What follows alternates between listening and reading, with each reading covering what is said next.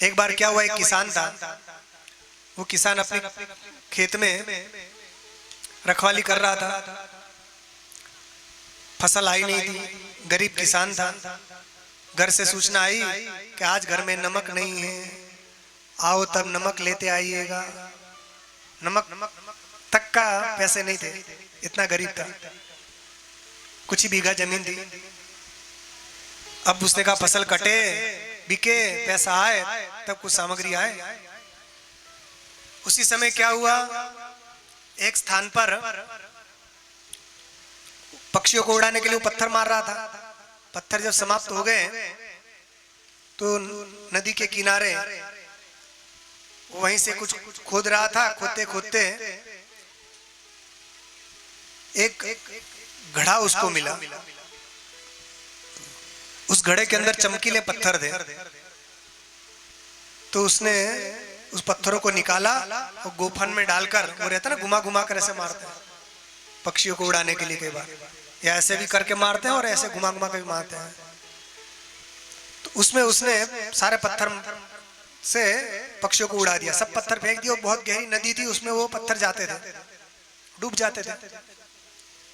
अंतिम पत्थर बचा था, उसको फेंकने वाला था। उसी समय घर से सूचना आई कि आज घर में नमक नहीं है, नमक लेते आइएगा।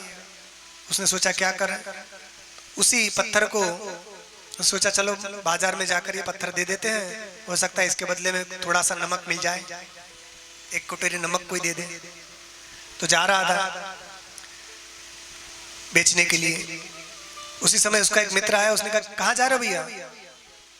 तो कहे कुछ नहीं, ये पत्थर के बदले में थोड़ा नमक मिल जाए, घर से सूचना आई है नमक नहीं आज। उसने कहा ये थोड़ा चमकीला पत्थर लगता है, एक काम करो किसी अच्छे दुकानदार को दिखाना। ठीक, दुकानदार को दिखाया। उसने कहा कि कुछ महंगा पत्थर लग रहा है, तो एक काम करो, जो ज्वेलरी क्या बोलते हैं उसको, ज्वेलर्स, उसको दिखाओ, स्वर्ण के जो रत्नों का जानकार हो उसको दिखाओ। तो छोटी दुकान के पास, छोटी दुकान वाले के पास गया।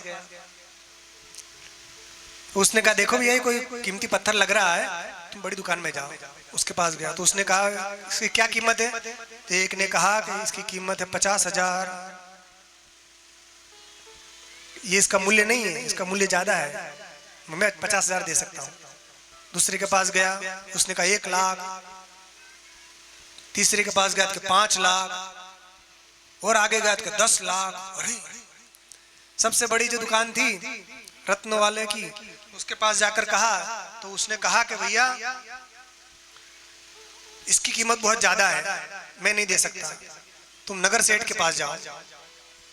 तो नगर सेठ के पास गए, उसको दिखाया। तो उसने कहा अरे ये इतना बड़ा रूबी माणिक, इतना बड़ा माणिक तो आज तक राजा के महल में भी नहीं होगा। तो उसने कहा भैया तुम एक काम करो, मेरी सारी संपत्ति ले लो मगर ये रत्न मुझे दे दो। तुम करोड़ों रुपए ले लो मगर ये रत्न मुझे दे दो। तो उसने सोचा सेठ जी ने, ये माणिक लेकर मैं राजा को दूंगा, इससे दुगनी संपत्ति ले आऊंगा। तो जैसे ही उसने सुना उस किसान ने कि ये इतना बड़ा रूबी माणिक, इतना बड़ा महारत्न है, ये करोड़पति हो गया सुनते ही। अब आप सोचिए, वो आया था एक कटोरी नमक लेने के लिए, वो कितना धनवान बन गया। वो इतना धनवान बन गया कि नमक की फैक्ट्री डाल ले, सैकड़ों मजदूरों को नौकरी दे दे। इतना धनवान हो गया कि नहीं? तो क्या बात है, वो रत्न उसके पास था मगर उसको पता नहीं था कि इसका मूल्य क्या है। थोड़ी देर पहले वो एक कटोरी भर नमक के लिए तरस रहा था, और जैसे उसको मूल्य का पता चला तो करोड़पति हो गया। तो मोल का, उसके महत्व का पता जब चल जाता है तो जैसे रत्न प्रकट हो जाता है, रत्न का मोल प्रकट हो जाता है, उसी प्रकार भगवान का नाम लेने से भगवान प्रकट हो जाता है, हो जाते हैं। बोलो श्री रामचंद्र भगवान की जय हो। नाम निरूपण नाम जतनते, सो प्रकटत जिमि मोल रतनते। तो रत्न से मूल्य प्रकट तब हुआ जब उसकी महिमा को जाना। तो इससे क्या पता चलता है कि जो श्वास मिली है इसको व्यर्थ में मत गमाओ। श्वास श्वास में राम कहूं, वृथा श्वास जनि खोय, ना जाने या श्वास को फिर आवन हो या न हो। ये बार बार नहीं मिलेगा ये जीवन, मनुष्य जन्म।